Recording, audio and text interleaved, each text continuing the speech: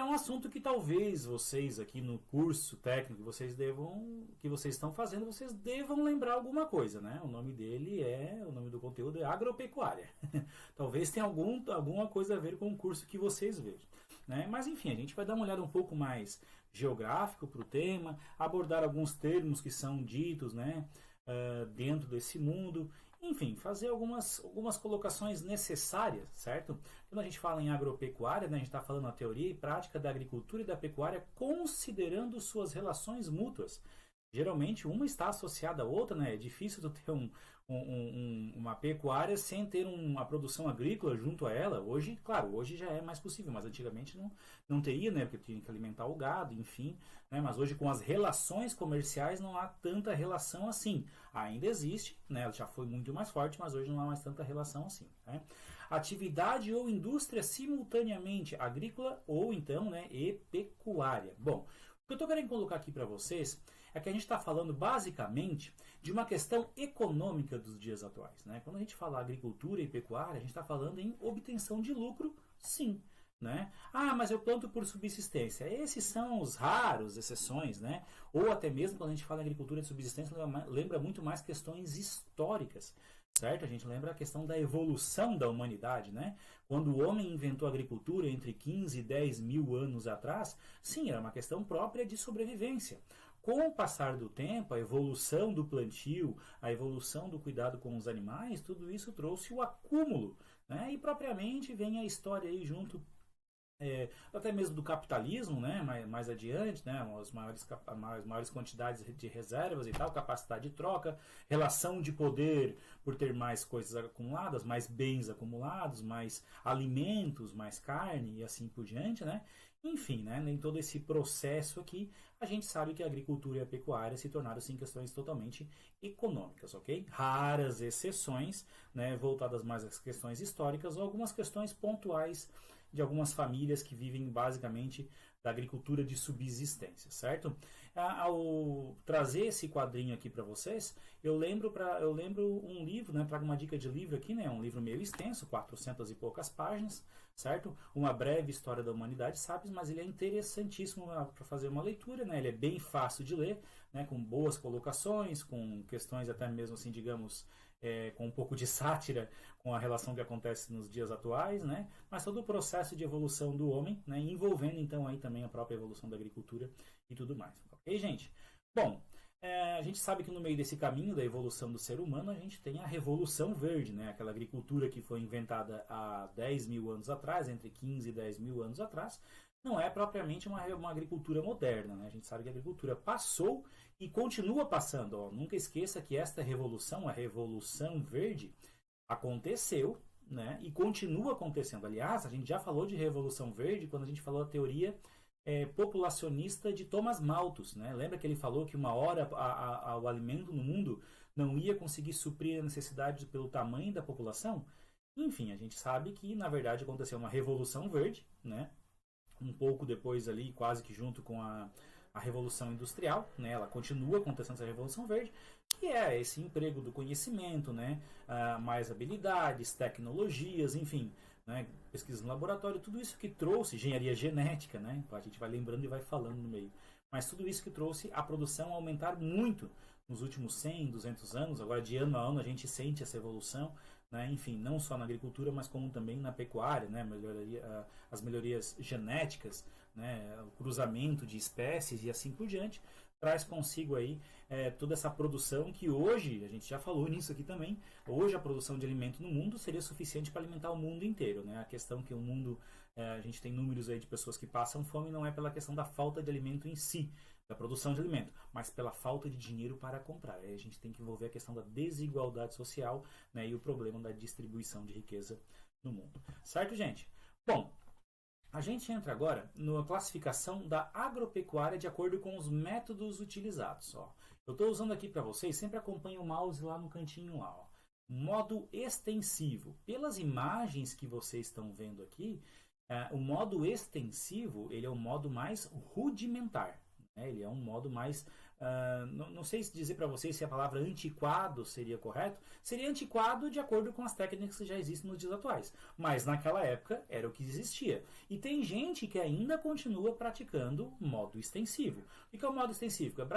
É basicamente desprendido do mundo tecnológico, do mundo do conhecimento científico e assim por diante, né? Então, gado solto no pasto, certo? É um exemplo de modo extensivo, porque hoje a gente tem o gado, como é que se diz, em estaleiro, olha só o que eu ia falar. Confinado, essa é a palavra que tinha fugido aqui, né? Gado confinado, certo? Para engordar muito mais rápido, para a carne ficar mais suculenta, né? Ter mais gordura entrelaçada e assim por diante, ok? Né? Enfim, essas imagens aqui, a própria queimada é um exemplo de modo extensivo, né? Porque o cara bota fogo, né? Eu falo o cara ali, eu tô sendo feminista, digamos assim, não quero entrar no mérito da questão, né? Mas tanto o homem, né?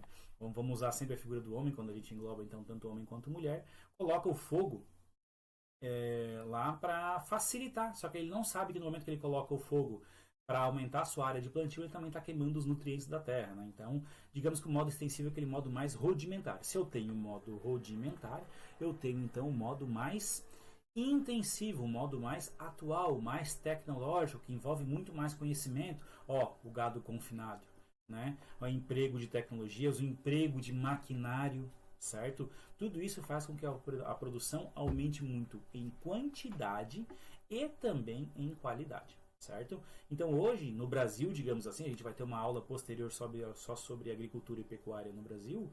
A gente sabe que existe uma miscelânea, né? Um pouco de método extensivo, um pouco de método intensivo. Claro que a maior parte, principalmente as grandes propriedades, as empresas rurais, né, trabalham com modo intensivo, né? Até mesmo aqui na nossa região a gente tem um emprego muito grande de maquinário, né? Traz para nós aqui à tona que a nossa região aqui que produz muito arroz e tal é muito no modo intensivo, entendeu? Conforme eu for fazendo essas comparações, é muito mais trabalho manual, é um implemento agrícola muito simplificado, puxado por um boi, alguma coisa assim, mas traz as características mais extensivas. E quando é mais tecnológico, né, envolve mais conhecimento, a produção também é muito grande, é o modo intensivo.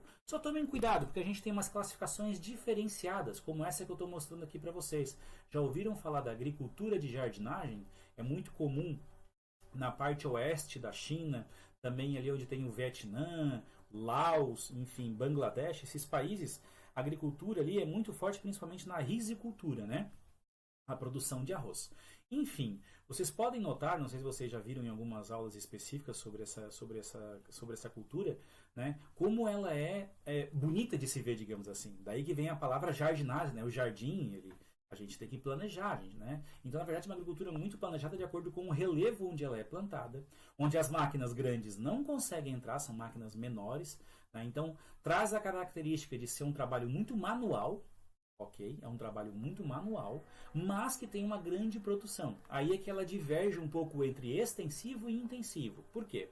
Porque geralmente o extensivo, eu não tenho uma grande produção se eu comparar ao modo intensivo, onde eu tenho a aplicação de maquinário, certo? A agricultura de jardinagem, ela foge a essa regra, digamos assim, que não é uma regra, né? Mas foge essa regra. Por quê? Ela é um trabalho manual, ou seja, um trabalho extensivo, em sua grande maioria. Sim, existe o emprego de máquinas mais simples, né? Uma tobata não, trator de rabiça, eu acho que é isso, né? Enfim, mas a maior parte do trabalho é manual, ou seja, ao mesmo tempo que eu tenho um trabalho manual, eu também tenho uma grande produção, né? Então, ali a características do sistema extensivo com, né, a produção do sistema intensivo, né? A produção de arroz aqui por hectare é muito grande, né? Comparado ou até mesmo maior do que as regiões onde são aplicada muita tecnologia e muito maquinário, okay? Então a agricultura de jardinagem vem disso daí, tem um pouco de característica de extensivo e intensivo, e a palavra jardinagem vem da beleza ao se ver essa agricultura da forma como ela é plantada aqui, ok? Uma outra classificação que a gente tem também é um sistema de plantation, que também fica no misto entre o extensivo e o intensivo. Tá? A própria palavra plantation é estranho, né? Porque plantation, para o português, trazendo do inglês para o português, quer dizer plantação. Ok?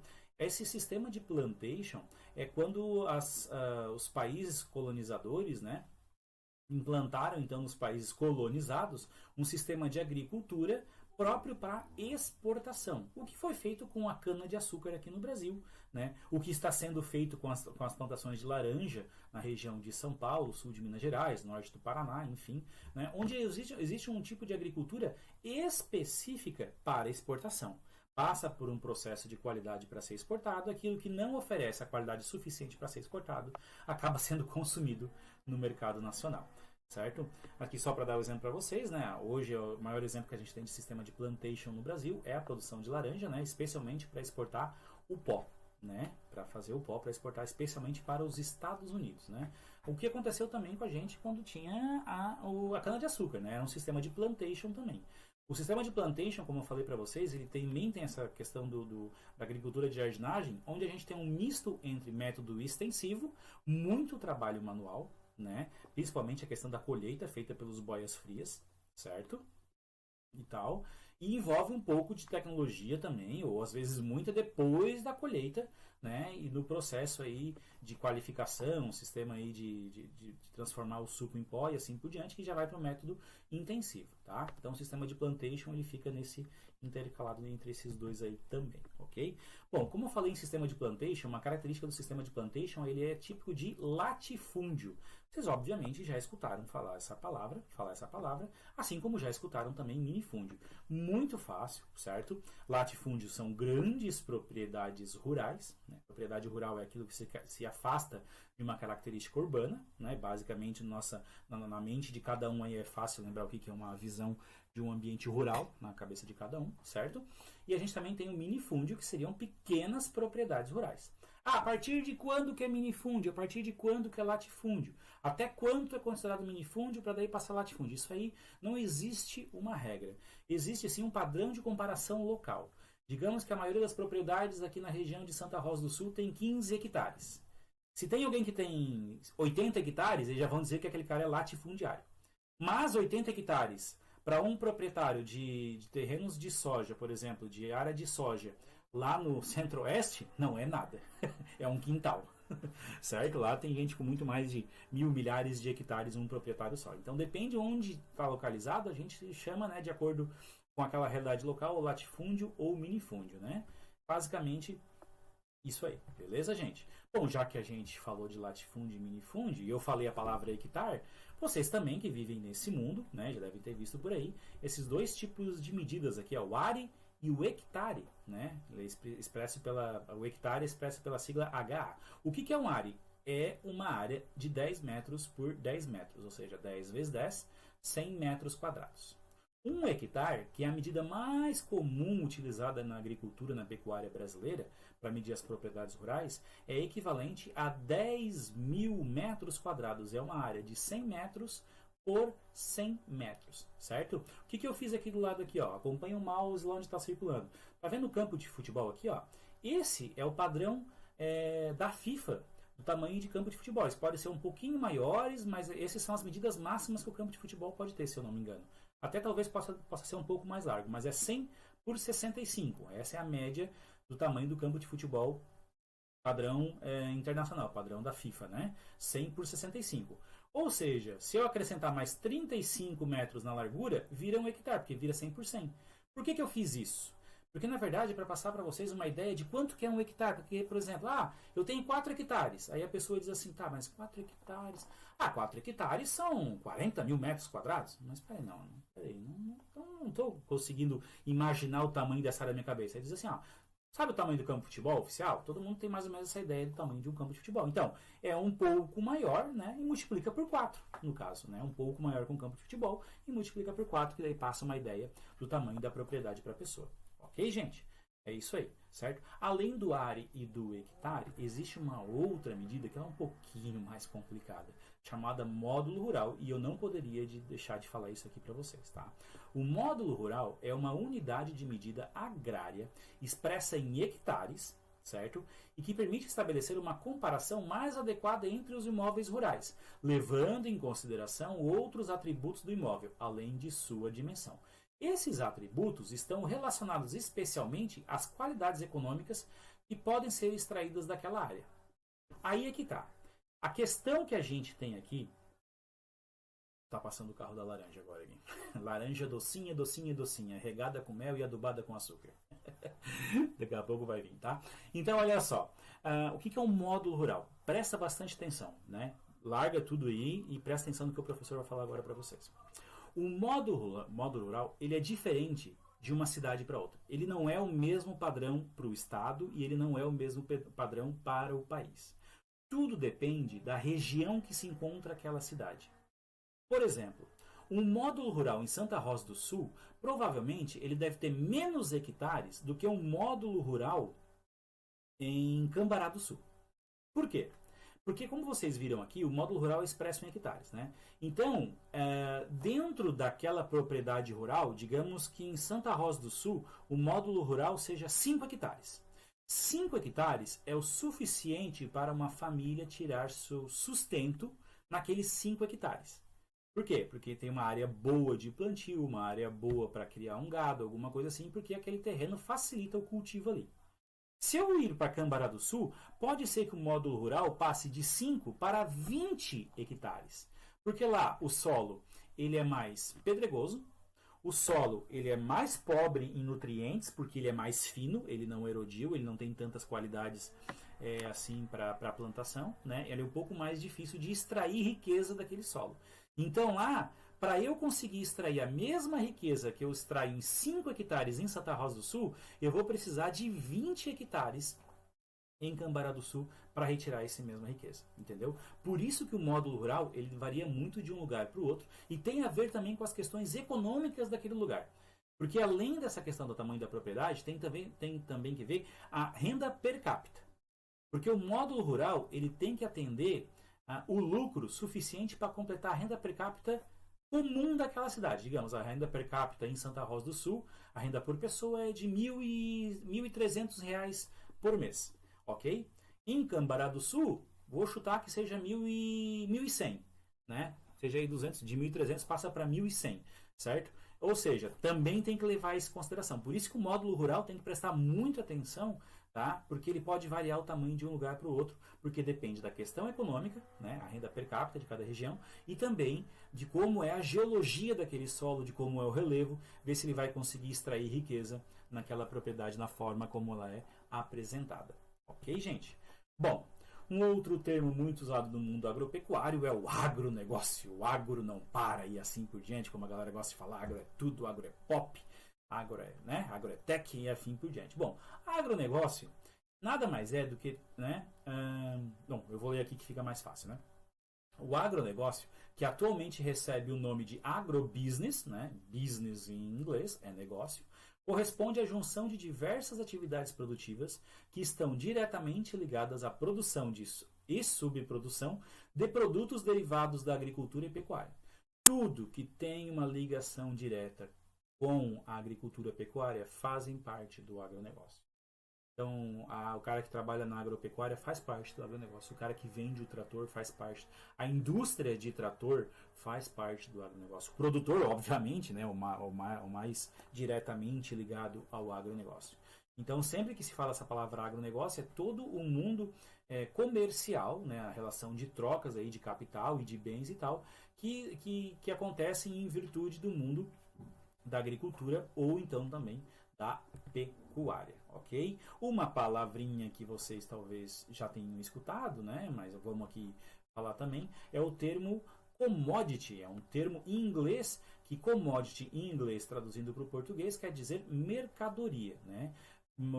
Commodity quer dizer mercadoria. Commodities são produtos que funcionam como matéria-prima, produzido em escala e que podem ser estocados, ó, isso é interessante, que pode ser estocados sem perda de qualidade, como petróleo, suco de laranja, né, congelado, boi gordo, né, congelado ou então vivo, né, está sendo estocado lá, mas tem que tomar também cuidado para não passar do prazo de validade do boi, café, soja e ouro.